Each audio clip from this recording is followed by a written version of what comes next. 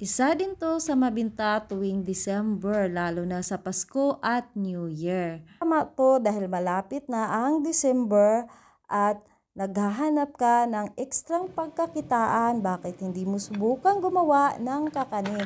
At ito na nga, iuna kong i-share sa inyo ang sapin-sapin at susunod naman ay ating puto at kutsinta. Unahin muna natin gawin ay ang latik.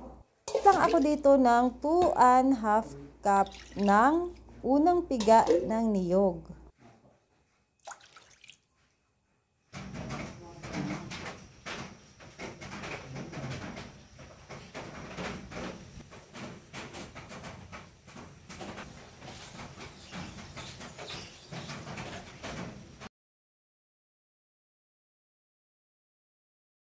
Lang natin ito na maigi hanggang sa mag golden brown. Pag ganito na yung itsura, pwede na yan. Pero ako kasi mga ka-cooking, ginawa ko ay gusto ko brown na brown. Yung toasted talaga siya. At itong ating oil, gagamitin natin yan. Na natin ilagay ang ating coconut milk. Ito ay 5 cups. Gamit ko pala ito yung pangalawang piga to kasi yung unang piga natin ay nilatik natin. So 5 ganito. Pag hindi magkasya ng 5, pwede nyo dagdagan ng tubig hanggang sa makuha nyo yung 5 sukat.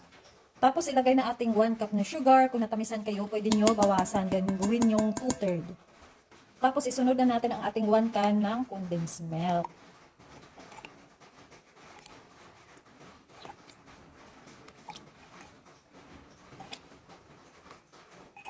Simutin natin para hindi masayang kasi marami pa siya.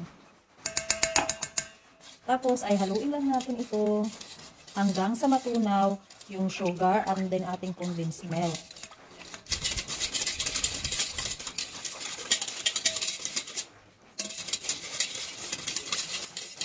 At pag natunaw na yung ating sugar and then ang ating condensed milk, ilagay na natin ang ating 3 cups ng glutinous rice flour.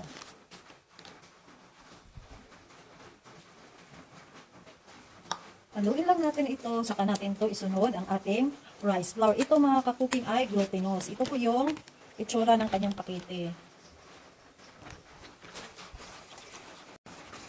Kapag natunaw na, ilagay na natin ang rice flour ng 2 cups. Ito po yung aking rice flour, nabaliktad pala ito yung aking ayan o. So, 2 ang ilagay natin dyan. Pwede nyo din itong gawing pang negosyo. Tapos, haluin lang natin ito ng maigi. Salain lang natin ito para magiging pino ang ating mixture. Salain lang natin ito. Ayan, para magiging pino ang ating mixture. Kasi hindi yan maiiwasan na meron pang ganito. Yan, hindi na natunaw o kay buo. So, ganito din lang natin. Pwede, 3 ulit ang gagawin nyo. So, isa okay na yan. Next ay i-divide lang natin to para malagyan ng color. Divide lang natin ng 3 ang ating mixture para malagyan natin ng pangkulay. Pero nasa inyo na yan kung anong kulay ang gusto nyo.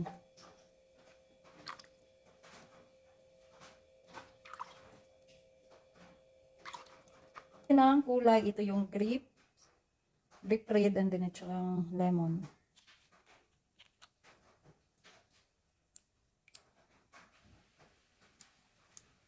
Itong isa, hindi ko nakulayan. So, 2 lang kulay. At maglagay pala ako dito ng kunting kulay black para sa gitna.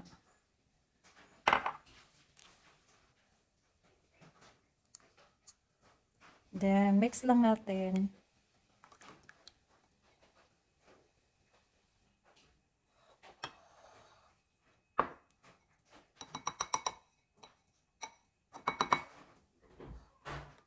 Yan, nakagawa na tayo ng violet. Tsaka dito tayo sa ating kunting black. Yan. Meron tayong black, yellow, and kulay purple. So, ito na yung kulay natin. Meron tayong itim dito. Tapos, ang ating kulay yellow, white, and then ube. So, magdadagdag pa ako nito ng kulay. Pwede ko itong hatiin. Pero nasa inyo na yan kung anong kulay ang gusto mo. Ito yung ating oil dun sa ating ginawang pangbudbud. Tapos, ito naman yung gamitin natin.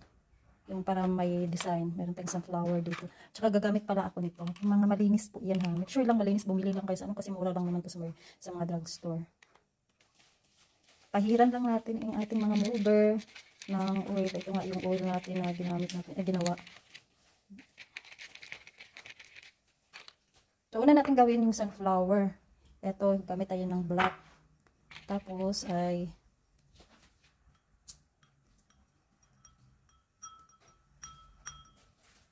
lalagyan lang natin itong gitna, kunti lang. Kailangan natin gumamit nito para hindi siya lumagpas. At pagkatapos ay steam muna natin to siya ng 5 minutes. Steam lang natin yan ng 5 minutes. Check natin. Nandito tayo sa dirty kitchen namin.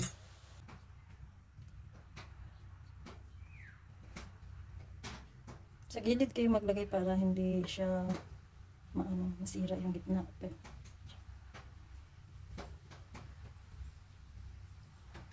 Tapos takpan natin.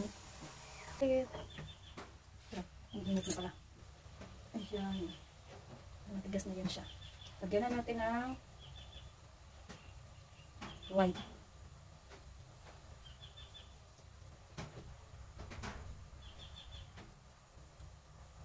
Okay.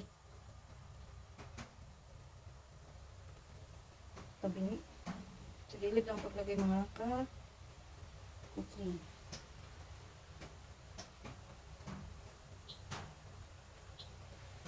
Tapos, takpan natin na naman ulit, 5 minutes ulit. Tapos saka tayo maglagay ng panghuli, yung kulay yellow. So, gawin mo pala natin itong mga 6 minutes. Ayan.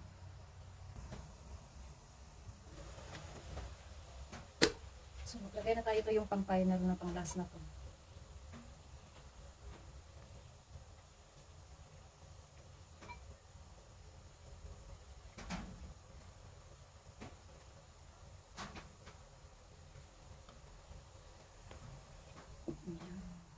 Mga 6 minutes. Check natin ulit. Ayan. Matigas-tigas na siya. Means niyan, luto na.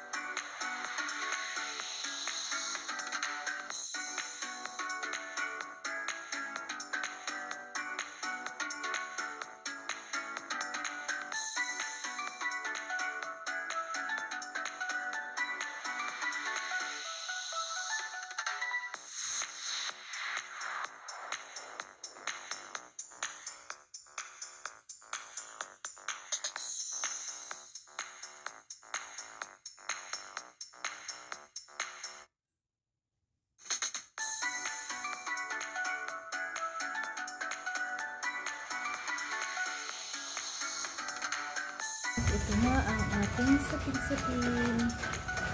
Meron tayong pa-flower dito, pa-sunflower. Malakas ang doon.